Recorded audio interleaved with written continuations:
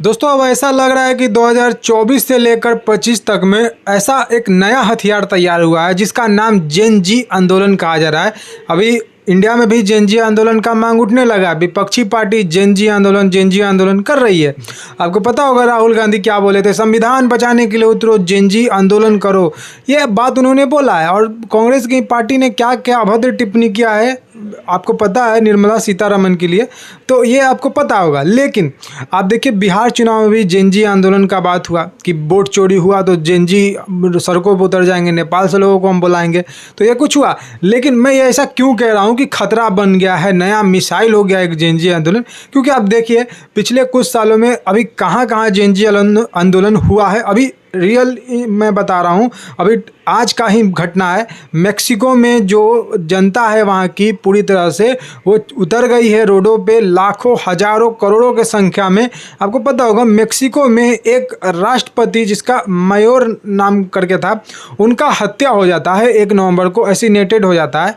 बोला जा रहा है कि ये अमेरिका समर्थित राष्ट्रपति थे, इनका हत्या हो जाता है। ये जो मेक्सिको है नॉर्थ अमेरिका इसको कहा जाता है, नॉर्थ अमेरिका में ये मेक्सिको एक छोटा सा देश है।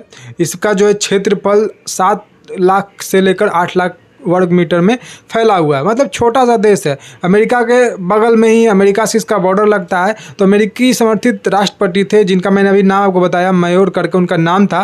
फुल नाम उसका अभी पता नहीं मुझे, लेकिन फुल नाम शॉर्ट करके मैं आपको बता रहा हूँ, मयोर उनका नाम था। 1 नवंबर को उनका हत्या हो जाता है और इसी को लेकर जेन जी जो है रोडों पर उतर जाती है। अभी जो वहाँ के नए राष्ट्रपति बने हैं वो कहा जा रहा है कि चीन समर्थित है।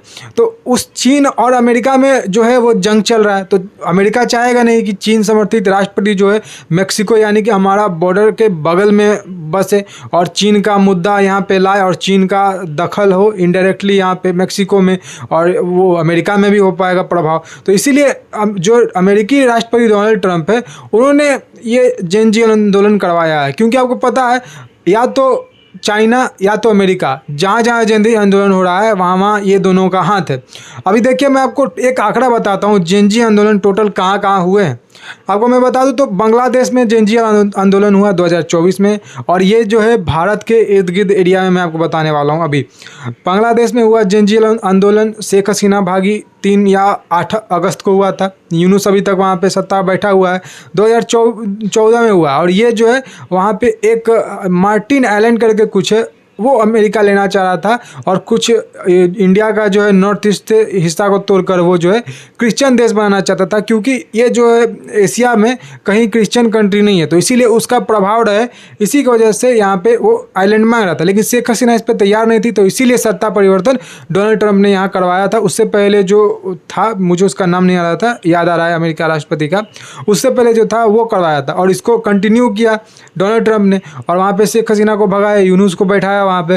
तो एक तो अमेरिकी राष्ट्रपति का जेन जी आंदोलन कराने का एक ये चीज़ देखिए, वो जो है एड जाहिर फंड, मतलब एड फंड को एड भी कहते हैं। तो किसी भी कंट्री के लिए एड हो हम देते हैं। अब इंडिया भी देखिए एड देता है अफगानिस्तान को, या फिर अपने से जितना गरीब देश है उसको देता है डेवलप होने के लिए।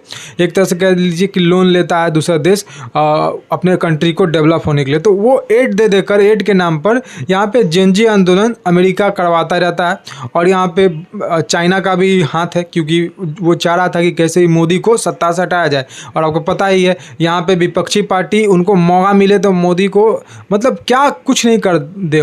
देश में ही मोदी को खतरा है, तो देश से बाहर तो आप पता ही नहीं कि कितना उनको अनगिनत खतरा है। तो सत्ता परिवर्तन करने के लिए ये इंडिया में कितना कोशिश किया डोनाल्ड ट्रंप, अमेरिकी राष्ट्रपति, यहाँ के जो विपक्षी पार्टी है। जॉर्ज सोरोस 2024 में आपने देखा जो उसका परिणाम रहा कि 240 पे ही है, भाजपा सिमट गई थी, भाजपा को भी थोड़ा एटीट्यूड आ गया था, इसका भी उसका खामियाजा भुगतना पड़ा।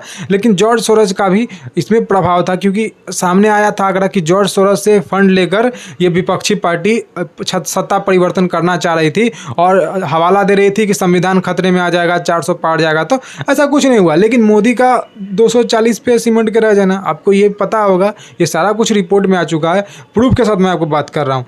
तो यहाँ पे कोशिश हो के रह गया, लेकिन जेनजी आंदोलन नहीं हुआ। अभी जेनजी आंदोलन होने के लिए रहता तो कब का हो जाता, लेकिन जेनजी जो है पता चल पाता है कि मोदी के साथ है। ऐसे ही 202 प्लस सीट नहीं आया है बिहार में। आप देखिए पूरे इंडिया से ज़्यादा बिहार में यंग जो है जनरेशन माना जाता है, यंग लोगों का तादाद है 40% बिहार में। आप सोचिए, तो जेनजी जो है रोडों पे उतरेगी तो सबसे पहले किसका पूरा तरह से पलड़ा मतलब धो के ध्वस्त कर देगी, वो विपक्षी पार्टी। क्योंकि विपक्षी पार्टी देखिए परिवारवाद की राजनीति करती है, आरजेडी अभी उसको कम आया, कांग्रेस उसको भी कम आया। इस सब पार्टी को सबसे पहले जेनजी खत्म करेगी, क्योंकि 70 साल से इन्होंने देश का बेड़ा गर्क किया। तो जेनजी आंदोलन गलती से भी अगर हो जाएगा तो विपक्षी पार्टी के लिए ही मुश्किल होगा, सत्ता पे बैठे हुए मोदी के लिए नहीं होगा। क्योंकि मोदी के अगल बगल कोई नहीं है, मोदी को सिर्फ देश से को आगे बढ़ाना है, फिर उसके बाद उनके आगे पीछे कोई है नहीं कि जो उनके बाद सत्ता में आए, उनका बाल बच्चा नहीं है। और सेम बिहार में नीतीश कुमार के भी कह सकते हैं सत्ता में कोई नहीं आया, बेटा है लेकिन वो भी नहीं आया।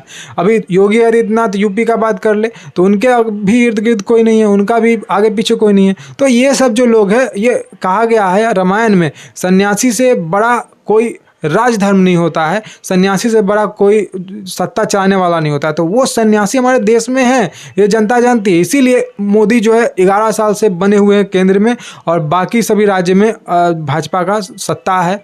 वो सिर्फ अलायंस के साथ हो, एनडीए गठबंधन के साथ, या फिर इन पूरा तरह से भाजपा का हो, तो वो है उनका। तो इसीलिए दिखता है कि जेनजी आंदोलन यहाँ पे होने वाला नहीं, लेकिन प्रयास बहुत किया गया। जैसा कि आप देख लीजिए दिल्ली में जो किसान आंदोलन के नाम पर हुआ, खालिस्तान का झंडा फहराया गया लाल किला में, और उस समय अगर लाठीचार्ज मोदी जो है वो गलती से कर देते तो क्या हासिल होता।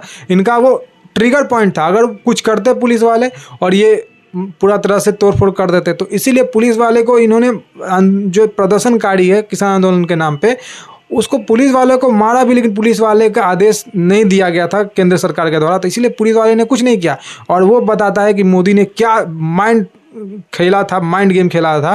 तो उस तरह से हमारा देश बचा है। अब देखिए किसान आंदोलन में बहरूपिये थे। अब कितने किसान थे जो कि लेविस गाड़ी में आ रहे थे, एकदम टेंट और एसी लगाकर सूत रहे थे, तो ये किसान थे, करोड़ों का गाड़ी लेकर आते थे। राकेश टिकैत एक नंबर का चोर आदमी, कितना उसका पेट्रोल पंप है, कितना गैस सिलेंडर का फ्रेंचाइजी है उसका। मतलब बताइए, ऐसा ऐसा आदमी अगर किसान आंदोलन के नाम पर बहरूपिया आ जाए तो जनता त्राहिमाम करेगी, किसी भी देश में हो। उन्होंने रोड को ब्लॉक करा, कितना हमारा अर्थव्यवस्था खत्म हुआ। शाहीन बाग आप देख ही लीजिए। तो देश में पूरा तरह से कोशिश हुआ, लेकिन जनता पता चल पा रहा है कि मोदी के साथ है, तो इसीलिए नहीं कुछ हुआ। और जनता को यही विश्वास है ये बंदा जब तक है गद्दी पे, यही देश को आगे ले जा सकता है। ऐसे ही नहीं हमारा देश चौथे अर्थव्यवस्था पे आ चुका है। अब 2014 में कहाँ था, कि कहाँ पैदान पे था। मनमोहन सिंह जो कि रिमोट के सरकार थे, उन्होंने कहाँ ला के छोड़ा था, और मोदी ने कहाँ लाया है 11 साल के अंदर। 70 साल के ऊपर भारी पड़ा है 11 साल। आप देखिएगा डेवलपमेंट में, इंफ्रास्ट्रक्चर में। ऐसे ही नहीं, अब चौथे पैदान पे इंडिया है, तीसरे पर आने के लिए अग्रसर है। तो ये चीज़ देखिए। लेकिन जेनजी आंदोलन का मैं बात कर रहा था, तो हमारे इर्द गिर्द देखिए बांग्लादेश से हमारा बॉर्डर लगता है, वहाँ पे 2024 में हुआ। अभी देखिए श्रीलंका से हमारा बॉर्डर लगता है, श्रीलंका में हुआ। पाकिस्तान में लगता है, पाकिस्तान में हुआ। तो ये सब संकेत था इंडिया को भी ऐसे ही करने का, लेकिन कुछ काम नहीं किया। चाहे वो डोनाल्ड ट्रंप कर ले, चाहे वो यहाँ पे हमारा विपक्षी पार्टी हो कर ले, कुछ खास फर्क नहीं पड़ा। लेकिन बांग्लादेश में सत्ता प्रदर्शन हुआ, केन्या में 2024 में हुआ, इंडोनेशिया में करने का कोशिश हुआ लेकिन हुआ नहीं वहाँ पे, फिलीपींस में हुआ, थाईलैंड में हुआ, मालदीव हमारा बगल में ही देख लीजिए, चाइना से लगा, चाइना वहाँ प्रभाव रखता है। श्रीलंका में मैंने आपको बताया ही, अभी मैडसूरू में हुआ, मार्को में हुआ, पीरू में हुआ, सेबेरिया में हुआ, साउथ कोरिया में हुआ। इस सभी जगह में आंदोलन हुआ है। 2024 से लेकर 2025 के बीच में करीब 10-15 कंट्री में ये सत्ता परिवर्तन हो चुका है। म्यांमार में आप देख ही रहे हैं। मतलब कि आप सोचिए, अगर नरेंद्र मोदी की जगह पर कोई और प्राइम मिनिस्टर रहता तो हमारा देश क्या आज बचा हुआ रहता? नहीं, बिल्कुल नहीं। ये प्रधानमंत्री है, इसीलिए हमारा देश बचा हुआ है। और यही एक स्टेबल कंट्री है। पूरे आप कंट्री में देख लीजिए, या चाहे वो यूरोपियन कंट्री हो, चाहे वो एशिया में हो, कहीं भी देख लीजिए, सबसे स्टेबल कंट्री है तो वो भारत है। और भारत के ऊपर लेख भी लिख रहे हैं ये लोग कि भारत में ऐसा क्या है, भारत के ऐसे सत्ता में क्या है कि भारत में इतना प्रभाव किया गया, कोशिश किया गया सत्ता परिवर्तन कराने के लिए, लेकिन भारत तस से मस नहीं हुआ और वो ग्रोथ कर रहा है, उसका इकोनॉमी आगे बढ़ रहा है। ये लोग बेसिकली ये चाहते हैं कि भारत का इकोनॉमी इतना बढ़ रहा है, वो इतना तेज़ी से ना बढ़े, भारत सुपर पावर ना बने, ये चाहते हैं। CIA आपको पता है कितना सत्ता परिवर्तन कराने के पीछे वो रहती है। CIA हर एक कंट्री में सत्ता परिवर्तन कराती है और इन सभी कंट्री में भी जेन जी आंदोलन को उतारा, सत्ता परिवर्तन कराया, तो CIA का यहाँ था, जो कि अमेरिका का खुफिया एजेंसी है। तो ये चीज़ है।